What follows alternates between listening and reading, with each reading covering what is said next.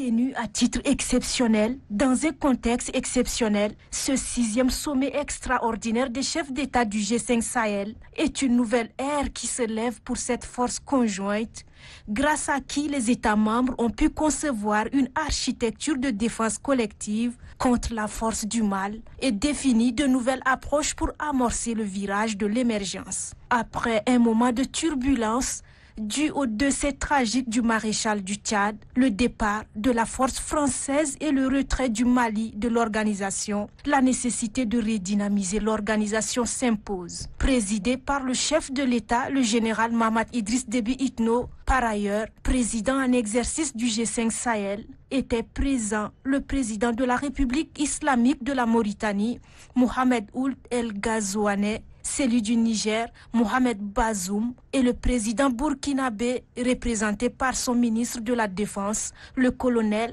Kassoum Koulibaly. Les partenaires techniques et financiers sont aussi fortement représentés. Le maire de la ville de N'Djamena, Bartire Fatimé Zahra Douga, qui souhaite la bienvenue à tous, exprime le soutien total de la population à cette organisation commune. Ousmane Diagana, vice-président de la Banque mondiale pour la région Afrique de l'Ouest et du Centre, précise que la solidarité doit se manifester pour répondre aux nombreux défis qui sévissent au Sahel. Je crois profondément que le développement des pays du Sahel est intrinsèquement lié à l'attention particulière que nous porterons à deux enjeux majeurs que sont le climat et l'éducation.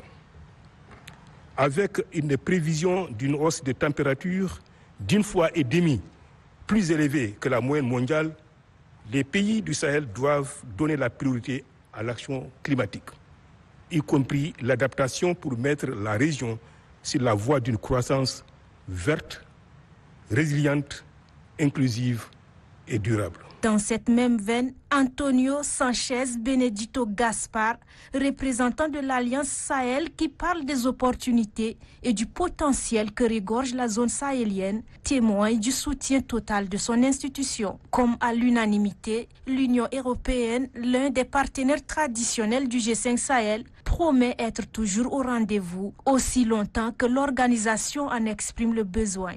Ce sommet doit donc s'accompagner d'avancées réelles, aujourd'hui et pour le futur. Un mécanisme de coopération régionale est plus que jamais indispensable pour s'attaquer aux causes profondes de la déstabilisation sahélienne, par essence transnationale et en complément des appuis bilatéraux. Les dynamiques sont interconnectées et interdépendantes. L'Union européenne sera toujours au rendez-vous et à l'appel de ce partenaire. Mahamat Idriss Déby Itno, président de la République, président en exercice du G5 Sahel, qui rappelle le contexte particulier de la tenue de ce sommet, lance un appel d'action à l'endroit des États membres, celui d'agir de façon solidaire dans l'ultime but de maintenir la sécurité et gagner à tout prix la paix utile à toute la sous-région. C'est à la fois un honneur et un privilège pour le Tchad d'abriter en présentiel ce 6e sommet extraordinaire des chefs d'État et de gouvernement du G5 Sahel, après avoir abrité le dernier sommet ordinaire ici même en N'Djamena le 15 février 2021.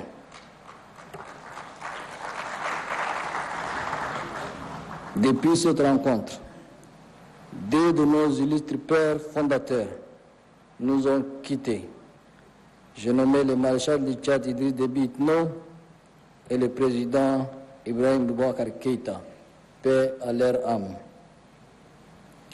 Excellences, Mesdames, Messieurs, cette nouvelle session extraordinaire, à l'image de la situation extraordinaire de chacun de nos États, est une nouvelle occasion de réaffirmer haut et fort l'engagement des pères fondateurs du G5 Sahel d'agir ensemble à gagner la paix, à rétablir notre pleine souveraineté sur l'entièreté de nos territoires et à maintenir la sécurité et à engager résolument nos pays sur la voie du développement économique et social.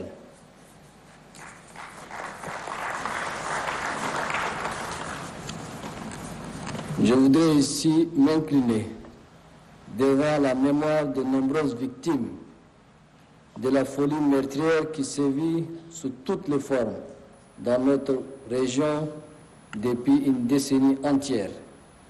Exprimer ma sincère compassion pour la souffrance qu'endurent de centaines de milliers de familles déplacées et réfugiées, tout en admirant la capacité de résilience de nos populations dans les zones soumises aux dictats terroristes. Il me plaît également de rendre un vibrant hommage à nos fils et filles des forces de défense et de sécurité qui se battent au quotidien pour que vivent nos nations. Leur sacrifice nous oblige.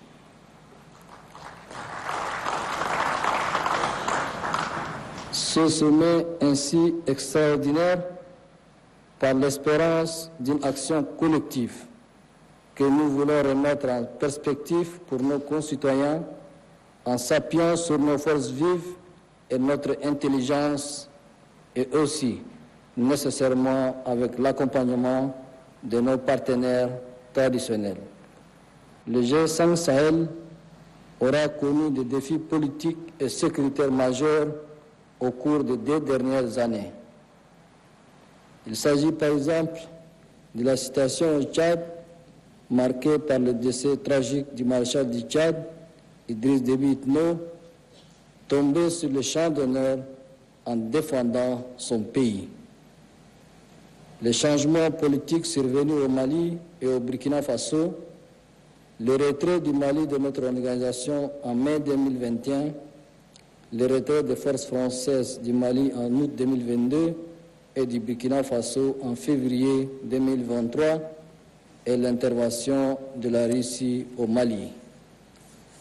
À cela s'ajoutent les questionnements dans nos pays autour du partenariat international, la redéfinition en cours avec les pays du G5 Sahel, de l'appui militaire française, européenne ou onusienne, notre redéfinition en cours du concept d'opération de la force conjointe du G5 Sahel, la lutte entre les franchises terroristes d'Al-Qaïda d'une part et l'État islamique d'autre part.